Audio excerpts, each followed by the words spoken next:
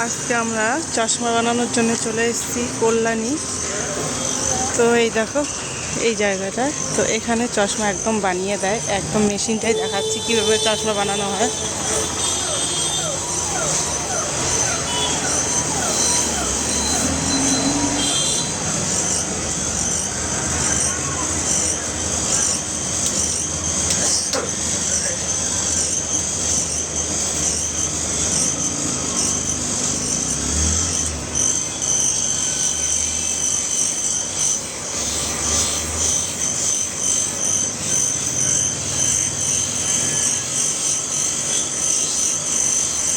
এই চশমা বানানোর মেশিনটা প্রথম দেখেছি ভিডিওতে, বুঝলে, দেখে তারপরে এখানে এসেছি।